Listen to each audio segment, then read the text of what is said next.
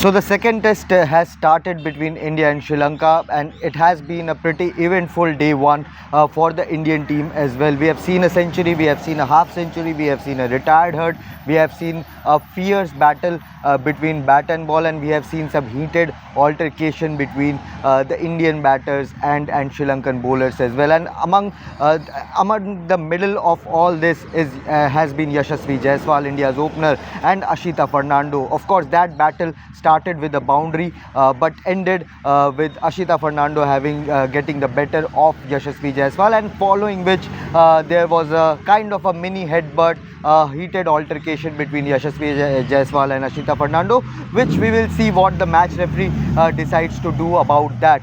But yes, it started with a boundary in the very second delivery of the day.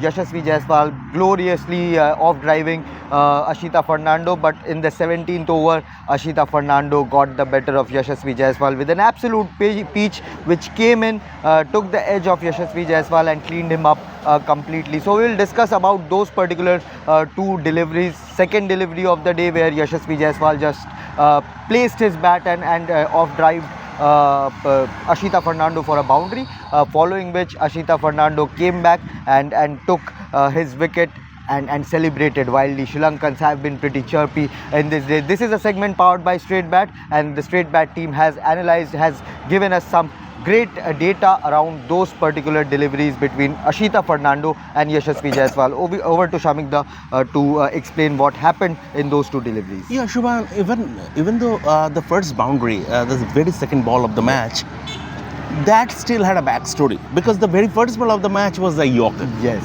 And he almost lost his balance, yes. Just Jaiswal. And when a fast bowler is starting off with a Yorker, that is supreme confidence. Yes, yes. Now what happens, a response was due, and that came the very next ball. Half volley on off stump, just outside off, and Yashasvi Jaiswal played a gorgeous overdrive pass made up for a 4. Now the data provided to us by Str8bat, it says in that shot, for that boundary shot, impact was 87, bat speed was 91 kilometers per hour, timing index 96%, which is a great timing index. Exactly, and bat lift angle is 37 degrees and sweet spot 95%. So almost perfect. Almost perfect. Almost perfectly timed shot. And then that was in the 17th over, and this time around, and in the 17th over, mind you, Yashasvi Jaiswal had smashed Ashita Fernando for 3 boundaries. Exactly. He smashed for 3 boundaries, and now it was time for the bowler's response. Yes. And he came with a delivery which is good length. Yes. That was good length. It swerved, took the inside edge and onto the stumps. Once again, Str8bat has provided the data to analyze the whole thing. Yes. And it says, see, that impact was 41%. Okay. So from 87, it came down to 41.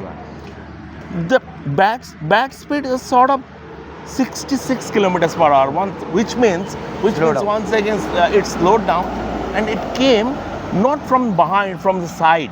So there was a gap. Yes. As regards his body, yes. And that is why the bat speed got reduced.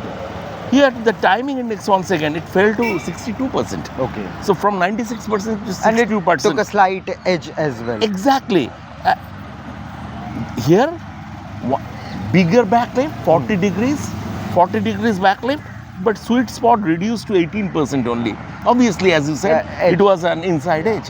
So he was completely done in by the bowler, and he was done in by a very good delivery. Yes. The way Jaiswal was batting, I mean, I was thinking that once, here is a player who is very good at converting those half centuries into big hundreds, and the way he was batting right from the word go, I was thinking that this could be just a century was there for taking, and it could be Yashasvi Jaiswal's game. Yeah. But credit to the bowler. Absolutely, and that has been the speciality of this particular venue, the Sinhalese Sports Club, where the pacers, you have seen Lahiru Kumara, Ashita Fernando, 2 pacers generating good bounce, generating a bit of sea movement of the deck as well, and the Indian batters had to find ways to score runs. It is a smaller boundary. Once you time and find the gap, you will get those boundaries, as we saw in the opening partnership between KL Rahul and Yashasvi Jaiswal.